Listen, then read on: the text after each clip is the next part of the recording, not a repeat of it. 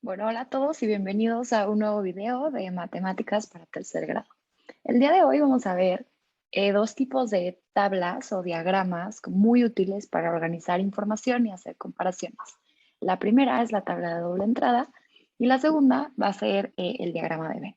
Entonces vamos a comenzar con esta. Bueno, el cuadro de doble entrada o tabla de doble entrada es una matriz que define un conjunto por filas y otro por columnas. Y su finalidad es organizar la información para poder realizar comparaciones. Entonces, lo que significa que es una matriz es que tiene una fila, o sea, filas, columnas que se intersectan entre ellas y ahí vamos a ir metiendo valores que nos van a ayudar a organizar la información que queremos. Es un sistema mediante el cual podemos sintetizar información y nos sirve mucho para poder analizarla de manera práctica y visual. Entonces, este es el primer ejemplo, es un ejemplo muy sencillo de entender de un cuadro de doble entrada, ¿no? Entonces, en las columnas tenemos emociones, en este caso feliz, aquí triste, y hacia abajo, en las filas, lo que vamos a tener es el género, ¿no? Y entonces vemos como en los otros espacios de la matriz, estas informaciones se intersectan y nos llevan como a cierto valor, ¿no? Entonces, si pensamos en niña y además feliz, entonces tenemos este valor en la tabla. Si pensamos en niña, pero ahora triste, tenemos este valor, ¿no? En el caso de niño y feliz, tenemos este, y en el caso de niño y triste, tenemos este. Entonces, este es un ejemplo muy básico de lo que podemos hacer con este tipo de tablas. Obviamente también podemos llenar información mucho más amplia, por ejemplo, de semejanzas y diferencias, o por ejemplo, de diferentes tipos de cosas. Por ejemplo, no sé, en el área de la medicina podemos hablar de diferentes tipos de tratamientos. En el área de los deportes podemos hablar de equipos, por ejemplo, en las columnas, y diferentes aspectos de los equipos en las filas, ¿no? Podemos decir número de goles, número de delanteros, como que podemos clasificar la información que nosotros queramos, simplemente tiene que haber como una relación uno a uno entre lo que queremos expresar. Entonces, les voy a explicar un poquito cómo hacer una tabla sencilla, ¿no? Lo primero que debemos hacer es que los conceptos claves los tenemos que poner como etiquetas en la parte izquierda de las filas, ¿no? Entonces, aquí en la parte izquierda de las filas, empezando las columnas, podemos poner etiquetas sobre el concepto clave que podemos ver. Esto nos ayuda a sintetizar muchísimo la información. Entonces, en este caso, que también va a ser una tabla muy simple, yo puse figuras para los nombres de las columnas y colores para los nombres de las filas, ¿no? Es importante que, por ejemplo, lo pongamos en mayúscula o lo pongamos en negritas, porque van a ser la clave para entender todo nuestro cuadro de doble entrada. En segundo lugar, lo que hacemos es incluir las principales variables a desarrollar del primer concepto, ¿no? Entonces, en mi caso, como yo escogí figuras, lo que voy a hacer es escoger los tipos de figuras, ¿no? O sea, mis variables van a ser diferentes tipos de figuras. Pero si fuera otra cosa, pues no sé, por ejemplo, si queremos hablar de plantas, ¿no? Entonces hablamos de tipos de plantas y las ponemos todas en las columnas, porque esas van a ser mis variables que voy a analizar. Tenemos un círculo, un cuadrado, este hexágono y un corazón. Lo siguiente que vamos a hacer es incluir las principales variables a desarrollar, pero ahora del segundo concepto, es decir, de las filas. Entonces, el segundo concepto que yo elegí eran colores. Entonces, voy a poner los diferentes colores, ¿no? Amarillo, rojo, rosado. Por ejemplo, si hubiera sido el tema de las plantas, podría pensar en, no sé, cuánto sol necesitan, cuánta agua necesitan, cuánto tiempo de vida tienen, etcétera, ¿no? Diferentes características, otras variables sobre las plantas que voy a poder cruzar para dar más información sobre el tema. Y por último, vamos a llenar la tabla con la información que necesitamos o la información que tenemos, ¿no? Entonces, si tengo amarillo y un círculo, pues aquí está. Amarillo el cuadrado, entonces un cuadrado amarillo, el hexágono, y así sucesivamente en cada una de las celdas de nuestra matriz. Y esto va a ser muy útil porque entonces vamos a tener toda la información de una sola vez en una gráfica. Entonces, si por ejemplo yo quiero comparar un círculo amarillo con un círculo rosado, simplemente me tengo que fijar en estas dos entradas de la matriz. O por ejemplo, si yo quiero ver eh, solamente el color, ¿no? Me interesa lo rosado, pero quiero comparar las diferentes figuras, pues simplemente tengo que ver hacia esta línea.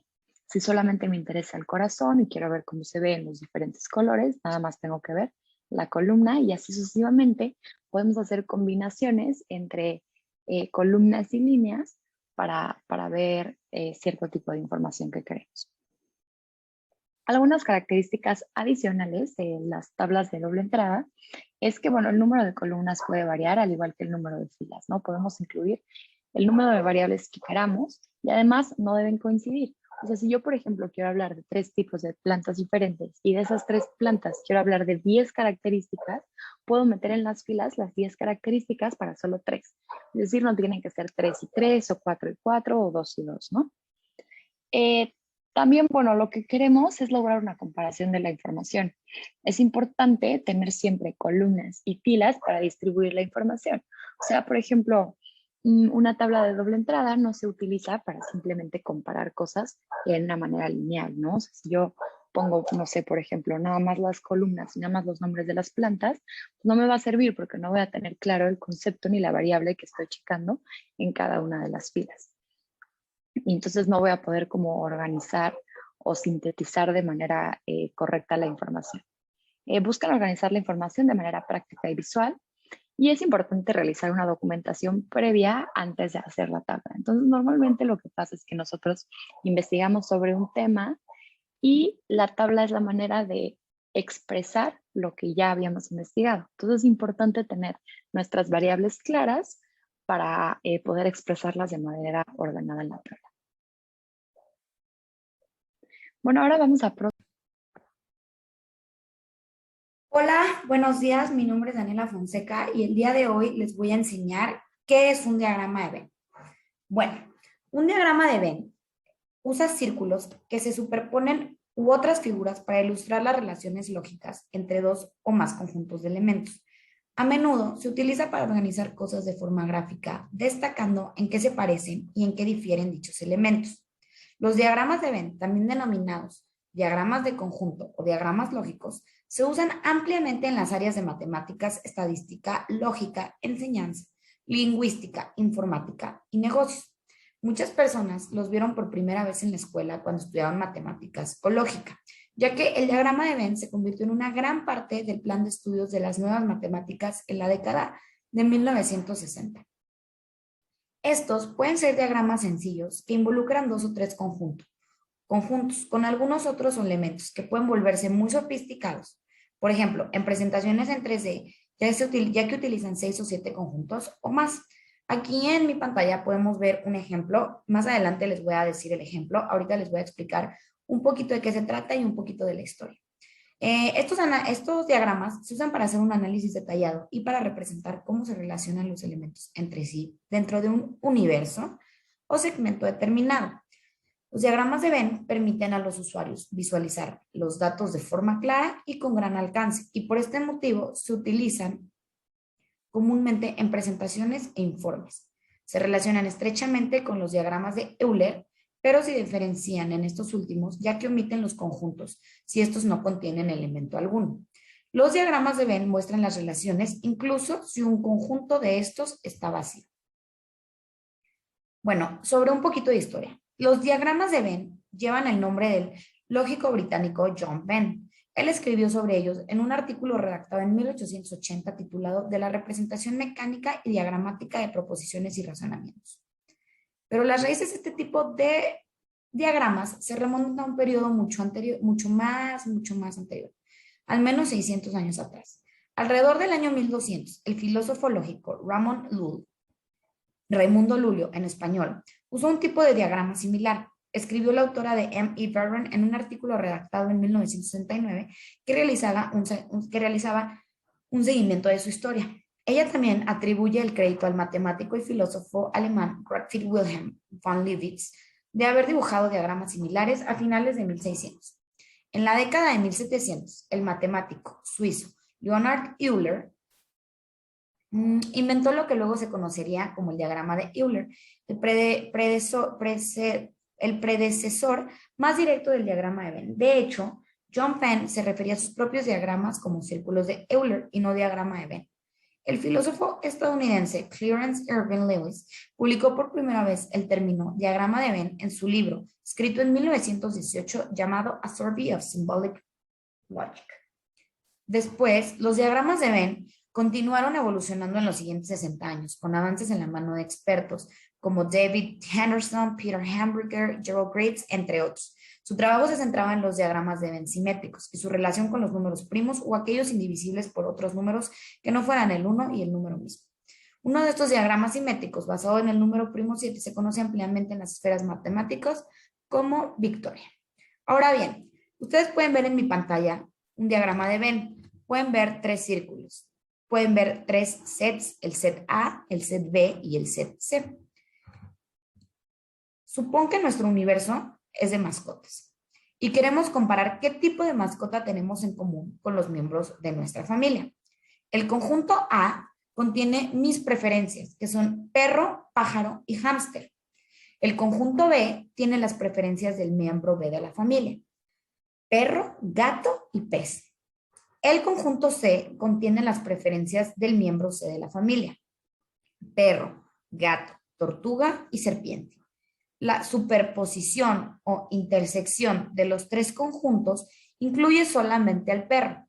Al parecer, en este caso, nosotros tendríamos un perro, puesto que la decisión mayoritaria y lo que revela este diagrama de Venn quiere decir que tanto el conjunto A, o sea, yo, el conjunto B, mi otro familiar, y el conjunto C, mi otro familiar, tienen una preferencia distinta, igual por el perro.